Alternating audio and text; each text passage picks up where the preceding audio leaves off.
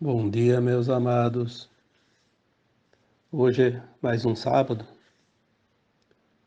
dia 15 de abril de 2023. Antes de iniciar o tema de hoje, apenas dizer que no sábado passado eu fiz um áudio e falei 8 de março, né? E, na verdade é abril. O tempo passa tão rapidamente que a gente esquece os dias, esquece os meses e, olha, se duvidar, esquece até os anos, porque realmente uma aceleração do tempo muito grande, né? Então, nós vamos aqui hoje trazer mais um assunto, né? Eu daria como título, porque tem que dar título às coisas, né, para identificar depois. O tema de hoje eu vou falar sobre um assunto que foi me pedido durante a semana toda, para dar um alento aos pais, né? Principalmente aos pais, mas também todos aqueles que trabalham nas escolas e aqueles que frequentam as escolas também, né? Porque estamos vendo ali um movimento triste, né? Triste porque são almas que se comprazem no mal, né? Praticando e por vontade ou por orientação, enfim, seja lá o que for, de certos atos que sabemos aonde vai levar essas almas depois, né? Eu daria o título então para esse tema de hoje, As Aflições dos Pais.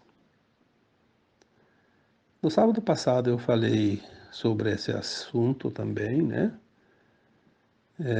Sobre aquele, principalmente sobre aquele atentado, né, horrível aqui na escola de Blumenau, em Santa Catarina, onde 4 crianças foram assassinadas, além de mais algumas que ficaram feridas.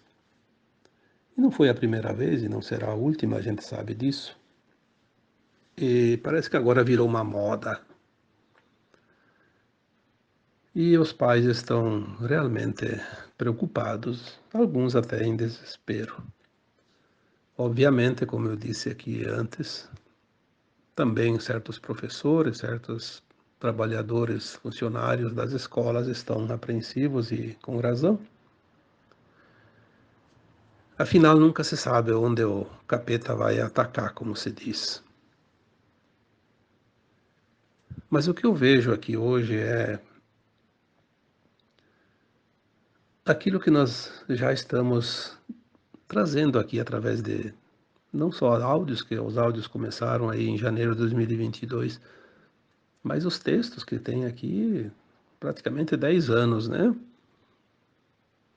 Não sei quantos mil textos, eu nunca contei. Talvez tenha lá em torno de 2.000 textos. Mas em 2016, 17, nós estávamos já recebendo informações de que muita coisa iria acontecer no final dos tempos. As verdades, as revelações, as máscaras que cairiam, a desconstrução, a reconstrução, né? Tudo isso que nós estamos vivendo agora é o tempo final de um grande ciclo que foi anunciado há muito tempo, até o próprio Cristo disse há 2.000 anos atrás, né, que esse tempo chegaria. A separação do joio e do trigo, como foi dito tantas vezes, ela não está acontecendo, ela já aconteceu. Nós não vimos a contagem dos grãos, mas ela já aconteceu. O que nós estamos vendo agora é cada um olhando o outro lado, a outra linha de tempo. Nós vemos aquela outra linha indo embora. E vemos uma outra linha que a gente pensa que está certa, pelo menos acreditamos nisso, né? Temos consciência disso, que é a linha do bem. Vamos seguir a linha do bem. Porque ninguém está enganado. Se tudo é uma frequência, a frequência que determina. Não há uma escolha, eu quero, eu quero. Não, não vai resolver querer. Ou tu tem frequência ou não tem frequência. E aquelas almas que não têm frequência da nova Terra, não tem mais nenhuma preocupação com as coisas, não tem nenhum pudor em mostrar que é mais ou menos, que tem uma certa fachada de bondade, de caridade. Não, eles fazem de propósito. Agora vou mostrar quem eu sou, vou mostrar a verdadeira face, vou mostrar todo o mal que ainda está dentro de mim. É isso que eles estão fazendo. Seja lá quem for, não só aqueles que atacam as escolas, aqueles que atacam qualquer coisa. Qualquer pessoa, seja pobre, seja rico, seja influente, seja um desconhecido, tudo vai ser revelado. Porque agora, se foi feita a separação do joio e do trigo, é óbvio que nós vamos ver uma montanha de trigo, uma montanha de joio. Está tudo reunido, né? Por isso é visível.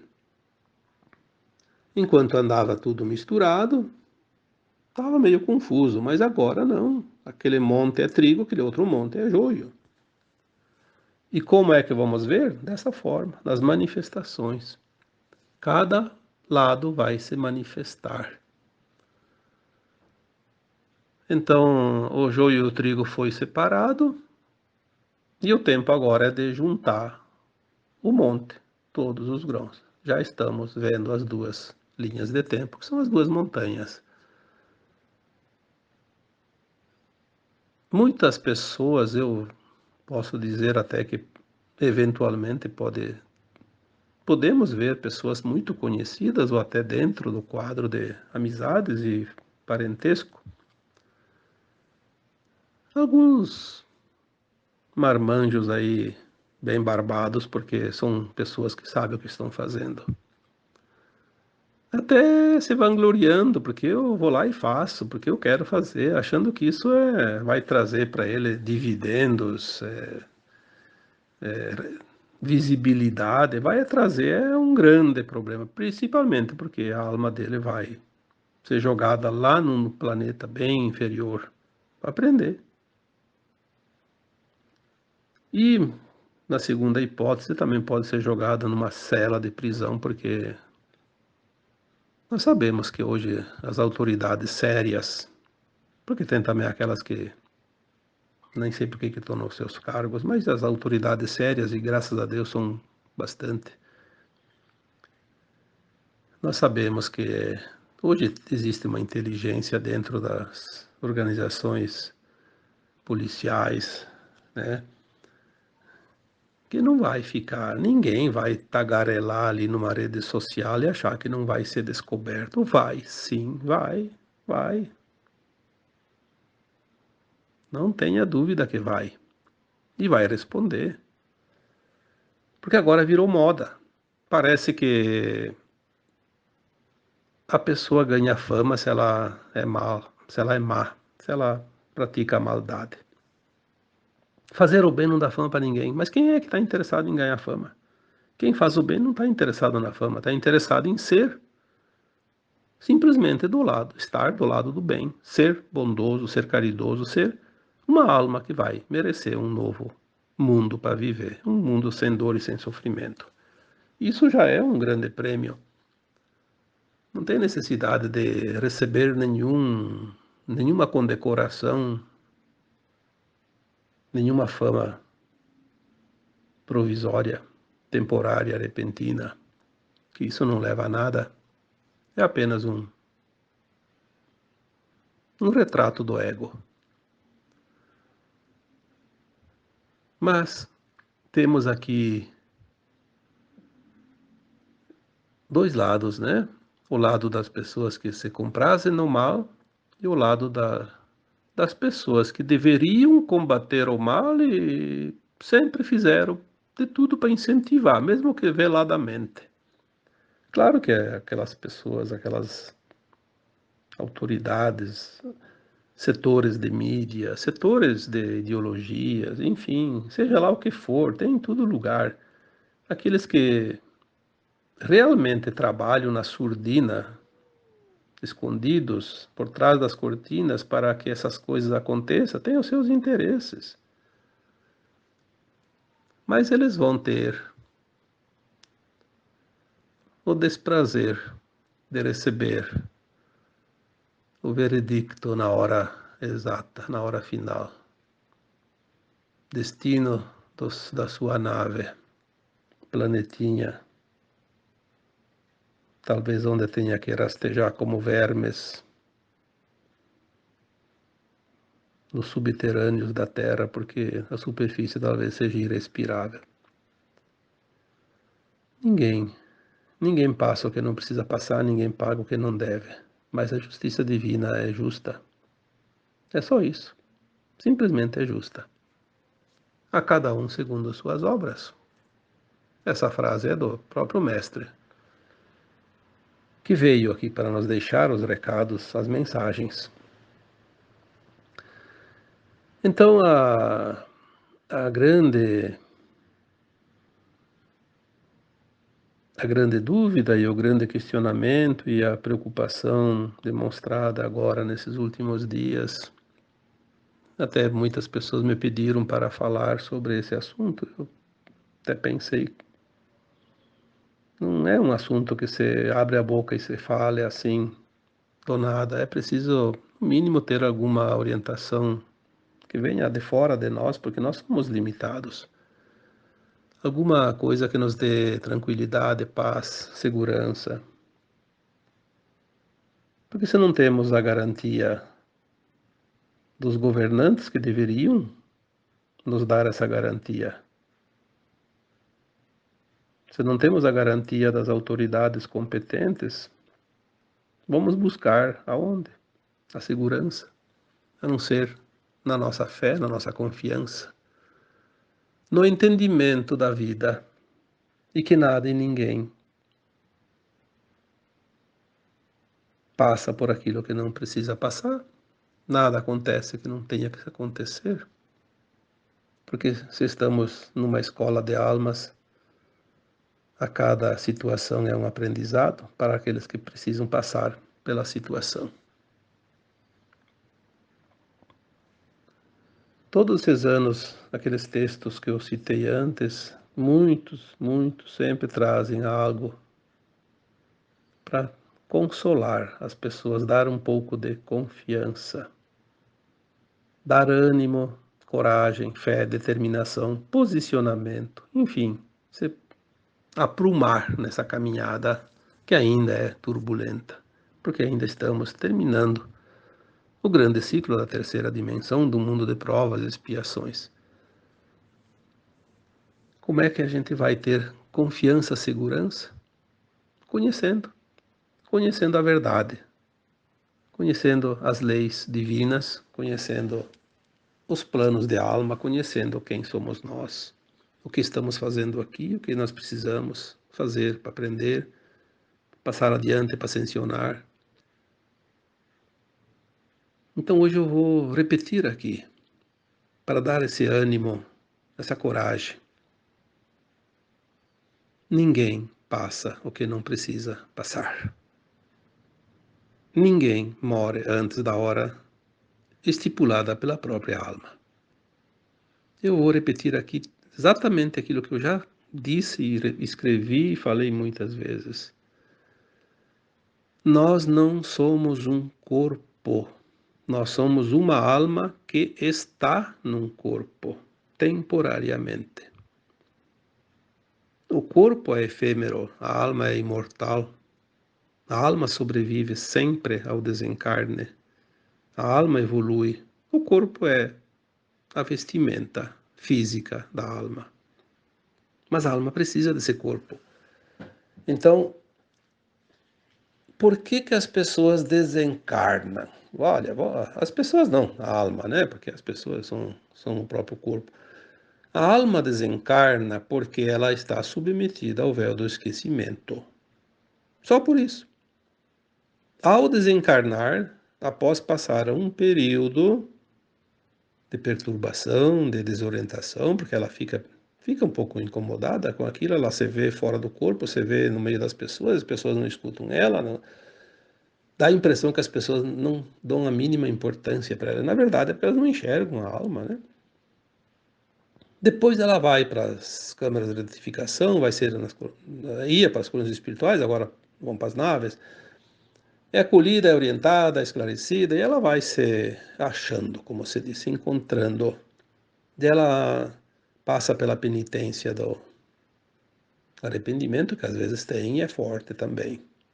Dependendo de como foi a sua última encarnação, o arrependimento pode ser muito doloroso, mas passa também. Aí ela começa no trabalho lá, porque lá ninguém fica ocioso, trabalho de auxílio e dos que chegam também, e depois ela começa a se preparar para um novo plano reencarnatório, porque ela lembra das vidas passadas, ela faz uma avaliação da sua caminhada. A alma, depois de um tempo de desencarnada, ela consegue avaliar todos os detalhes, os pormenores de todas as suas vidas passadas aqui na Terra, e ela vê aonde ela já aprendeu, aonde falta aprender, o que fez certo, o que fez errado, o que ela precisa ainda aprender de lições. Aí ela faz um plano encarnatório, porque ela também sabe do futuro, o que vai acontecer, então ela vai imaginar assim, eu vou estar encarnada, né, tipo, entre 2000 e 2100. O que vai acontecer no planeta? Tal coisa. Então eu vou encaixar o meu plano dentro dos acontecimentos, vou escolher o lugar que eu vou encarnar, o país, a cidade, a profissão que eu vou ter, porque eu vou precisar aprender, resgatar. Enfim, é uma avaliação. O desencarne da alma é necessário para fazer essa avaliação em um novo plano. A alma escolhe o que ela vai passar. Esse plano é tão perfeito, tão profundo que mesmo essa alma, quando encarna novamente, esqueça tudo como sempre, tudo que ela pediu vai aos poucos acontecendo. Por quê? Porque é como se fosse enviar uma mensagem para nós mesmos lá no futuro. Eu quero lá no futuro isso, isso, isso, isso. Né? Então a gente diz, o universo traz os pacotes a cada dia, a cada mês, a cada ano, de acordo com o nosso pedido. Porque nós soltamos aqueles pacotinhos lá com os pedidos e eles vão chegar enfileiradinhos, um atrás do outro, sempre que a gente precisa. Então, ninguém passa o que não precisa passar. A situação que chega está sempre dentro de um dos pedidos. O que nós vamos fazer com a situação? Aí sim entra a livre escolha, o livre-arbítrio. Mas a situação vai chegar. Ela chega porque nós pedimos. Senão não teria graça. Como é que vamos encarnar sem não sabemos nada das vidas passadas e não lembramos nada, não sabemos do plano de alma, e daí é uma loteria. E aqui não tem ninguém aqui jogando na sorte. Aqui estamos numa escola em aprendizado, uma escola que nós sabíamos antes de aceitar essa experiência, a primeira encarnação ainda, como seria essa escola e o que nós aprenderíamos aqui. Ninguém passa o que não precisa passar. Se não está no plano de alma, vai acontecer para os outros. Para mim não acontece, porque eu não pedi. Não existe acaso, existe causa. E a alma também, antes de encarnar, quando ela faz o plano de alma, ela já coloca lá, eu vou nascer em tal dia, tal mês, tal ano. Inclusive o dia, sim. As pessoas podem dizer, mas quando é cesárea é o médico que marca a mãe. Sim, mas o bebê, ele sugestionou através da sua consciência, a consciência do médico, da mãe, para marcar para tal dia. Agora, se não for marcado o dia que ele sugestionou, a cesárea está marcada, mas ele vem antes ou então acontece alguma coisa que tem que atrasar um dia lá, de repente a cesárea, mas geralmente se é antes, ele vem antes. Se é depois é difícil, né? Mas geralmente quando é no dia certo é porque era aquele dia mesmo, né? Porque tem toda uma questão astrológica, energética, o posicionamento dos astros naquele dia, naquela hora. Tudo vai influenciar naquela vida que vai se formar a partir dali, daquela alma, durante a vida corpórea. As influências, as pendências, enfim, as lições, né? Tudo vai acontecer, porque existe esse plano. E a alma pede um tempo. Eu quero para esse plano 70 anos, 80 anos, 90, 100, 5 anos, 3 dias, um dia. Ah, eu vou ser abortado. Pronto. Não existe acaso. Isso é importante que a gente se lembre sempre. Aí as pessoas dizem, mas aí aquela alma fez um plano, a criança nasceu e desencarnou ainda criança, e os pais, e os irmãos, e os familiares vão sofrer por causa do plano de alma daquela criatura? Sim, mas eles também tinham um plano de alma deles, que eles iam ter um filho que ia passar por essa situação e eles iam sofrer. Não existe plano individual quando é família. Existe um plano coletivo. Ninguém passa o que não precisa passar, lembre-se disso. Nem o pai, nem a mãe, que perdeu aquele filho ainda em tenra idade, passaram por acaso aquela situação de dor. Eles escolheram um filho lá antes deles encarnar, né? No plano de alma, que aquela criatura, aquela alma, viria como filho e iria passar por isso, porque tem uma razão, tem um plano lá, um porquê. Existem planos perfeitos. A perfeição é a palavra que define todos os planos de alma, porque cada plano de alma faz parte do plano maior, que é o plano divino para a humanidade da Terra. Então, o que nós queremos dizer aqui é que as pessoas se aquietem, sossegue o coração, busque a paz da certeza que o plano divino é maravilhoso, é o melhor que pode acontecer para cada um. Porque se não se entender isso, vai se sofrer desnecessariamente. Quantos milhões de alunos tem só no Brasil, por exemplo? 30, 40, 50 milhões, sei lá, 60. E vai, sim, acontecer de vez em quando, 1, 2, 3, 5, 10, né? Num ano, 2 anos. Morre muito mais gente de acidente, muito criança. Todo dia morre criança em acidente de trânsito. Morre crianças por doenças, por qualquer outra razão. Porque é a hora delas. O que acontece e nós precisamos entender é o que está por trás deste plano diabólico de atacar as crianças. E não é só atacar lá nas escolas, não, eles atacam em todos os lugares e por todos os meios. Se a gente olhar atenciosamente,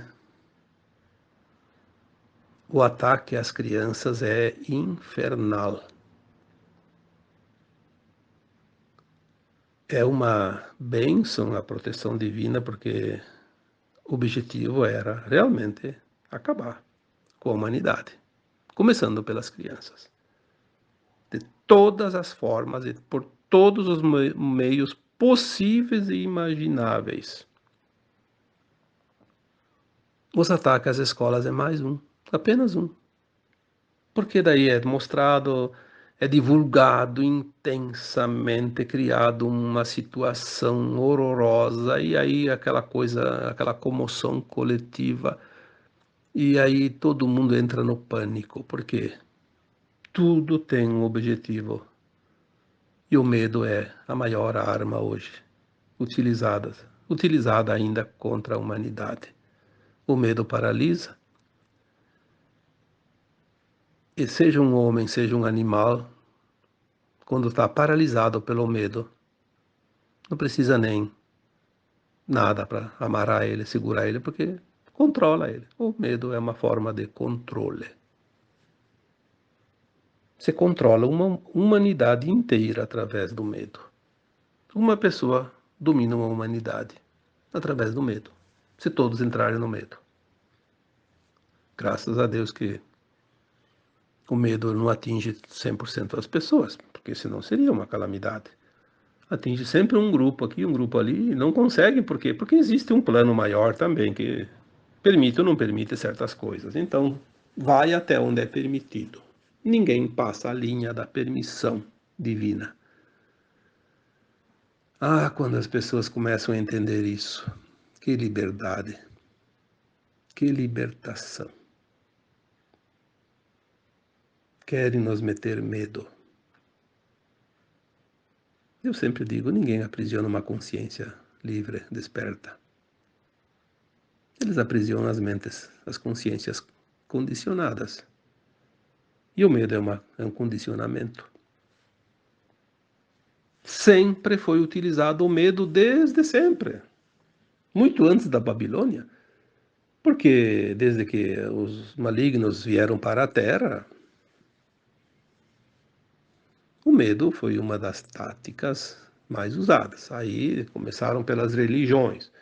Medo do Deus, como se Deus fosse um senhor com, lá, com poder enorme de julgar todo mundo, né? Tem medo do Deus, que é aquele que pratica o mal, mas não do Deus, tem que ter medo dele mesmo. Porque ele é o próprio Deus, porque nós somos a imagem e semelhança, a mesma energia, a mesma centelha divina da fonte. Nós somos todos centelhas divinas. Centelha do Criador, o átomo semente. A semente de abacateiro vai nascer um abacate, como eu sempre digo, um abacateiro não vai nascer pessegueiro, né? Então nós somos centelhas divinas, somos filhos da criação maior, do Criador. Mas ensinaram que temos que ter medo. Medo. Medo do Criador, porque ele vai botar você no inferno. Bom, quem bota você no inferno é você mesmo, com as tuas próprias pernas. Ninguém te dá nenhum empurrãozinho. E não precisa dizer nenhuma palavra também. Você vai sozinho. Se você escolheu, nem o Criador vai impedir.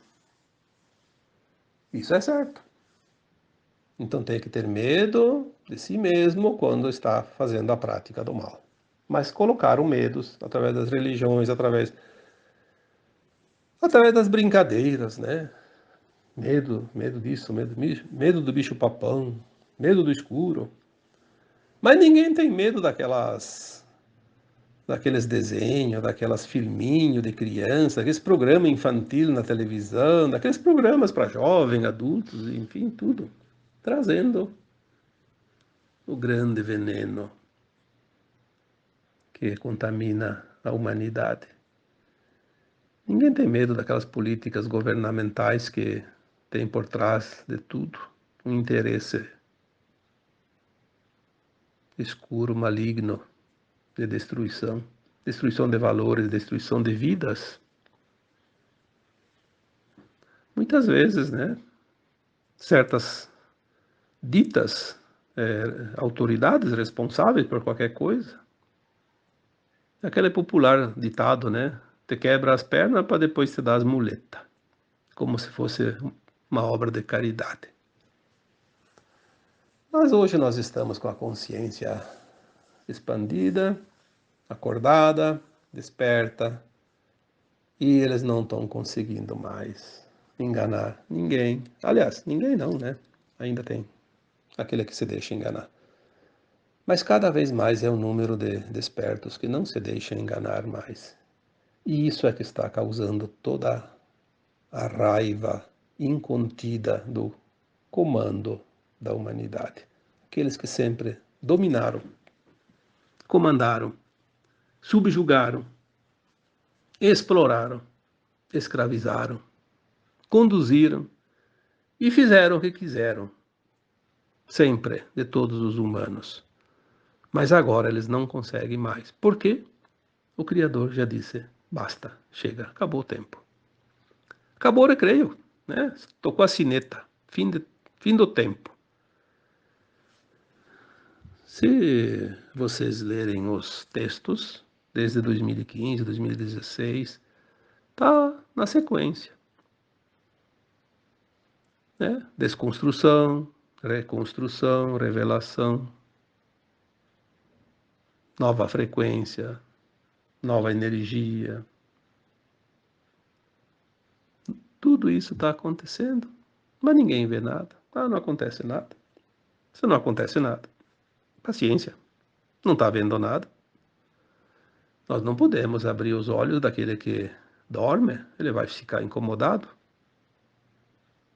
Ele tem que continuar dormindo, senão ele vai se revoltar. Mas aquele que precisa acordar, ele agradece quando a gente liga a luz para ele e acorda e diz, ó, tá na hora, vamos. São as situações.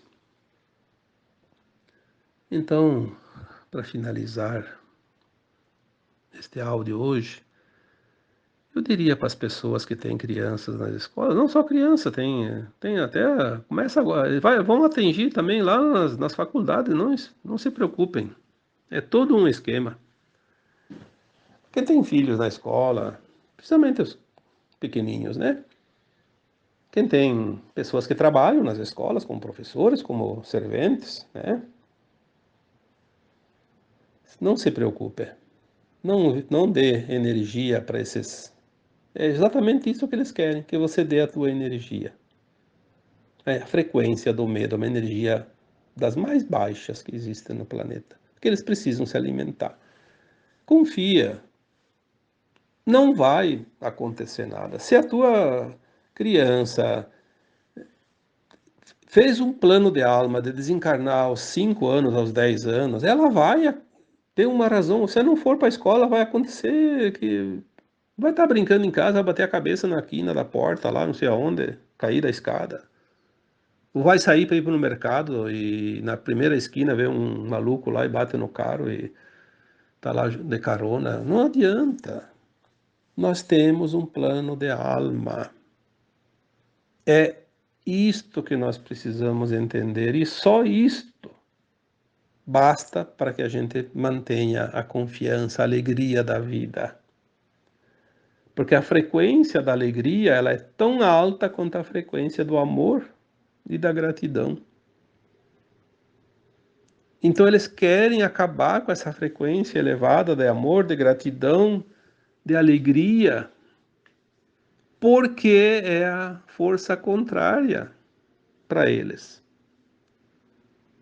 É óbvio, é só olhar as coisas e entender um pouquinho, não precisa fazer muita conta, não. Basta olhar a lógica. E a lógica qualquer analfabeto tem. Porque é uma coisa inata, uma coisa da percepção. Vamos olhar a partir de agora com outro olhar. Vamos mostrar quem é que está com a força verdadeira. Vamos mostrar quem é que está, de fato, concluindo o seu aprendizado nessa escola. Quem vai ganhar o diploma? Porque os reprovados continuarão na sua lida, dentro de um mundo de provas e expiações, dor e sofrimento. Não tem outra alternativa. Não passou de grau. Precisa repetir. Mas ao mesmo tempo, vamos levar progresso para aqueles planetinhas bem atrasadinhos, né? Não é progresso, porque a consciência pode ser meia distorcida, meia torta, meia ruim, como se diz, mas tem um pouco de conhecimento, né? Vai sempre levar um pouco de, mesmo que esqueça sempre cada existência naqueles mundos, mas tem a intuição, que um dia já sabia fazer e pode fazer de novo. Descobrir uma coisa que vai ajudar no progresso daqueles mundos ainda atrasados. Então, a partir de hoje, vamos pensar nessas duas coisas que eu tanto repeti, vou dizer de novo aqui. Ninguém passa o que não precisa passar, aquilo que não está destinado para ele. Mas nem que a vaca vá para o brejo, como se diz. Não adianta. Não passa, porque não é preciso. Ninguém morre antes da hora a não ser pelo suicídio. E o suicídio é uma vontade de cada um. Ninguém tira você do teu plano de alma. Ninguém tem esse poder. Quem teria esse poder seria quem está acima de nós, o próprio Criador. E eles respeitam isso. Então, onde está o medo? O medo é uma imposição, uma crença que somos expostos, né, ao adversário, ao mal. Não é verdade. Nós somos o que somos. Somos uma consciência. E essa consciência somos nós. E nós temos o direito, claro, de fazer o que nós quisermos. Mas vamos arcar com as consequências de cada escolha. É o livre-arbítrio. Mas tudo está dentro de um plano de alma. Até aquele que faz o mal tinha dentro do plano de alma, olha, eu vou lá para passar pela prova. Ele não fez o plano para fazer o mal. Ele fez o plano que ele tinha a prova. Ele seria testado, colocado em prova, em teste. E aí veio o teste e ele não passou. Mas ninguém faz um plano de alma para vir aqui fazer o mal. Não agora no final de um ciclo, porque no início sim, lá tinha. Agora eu vou lá, vou passar pela experiência de ser o bandido em tal coisa. Na outra vida ele vinha, passava pela experiência de ser um mocinho. Né? A dualidade. Mas agora, nesses últimos milênios, todas as almas que estão prontas estão sendo testadas. Só isso. Está pronto? Vai vir a situação para você cair na cilada do mal. Você vai superar? Tudo bem. Aí você está pronto. Não superou? Ainda não está pronto. Precisa de mais lições. Então, é assim que está a humanidade agora. Vamos manter a confiança no plano divino, porque o plano divino é simplesmente perfeito. E o nosso plano de alma se encaixa como uma pecinha num quebra-cabeça, neste plano maior. Compreendendo isso, a nossa vida fica muito mais leve e podemos realmente viver na alegria, porque a alegria é filha da confiança e da fé. Agora, eu encerro este áudio deixando um abraço de luz para cada um de vocês. Namastê.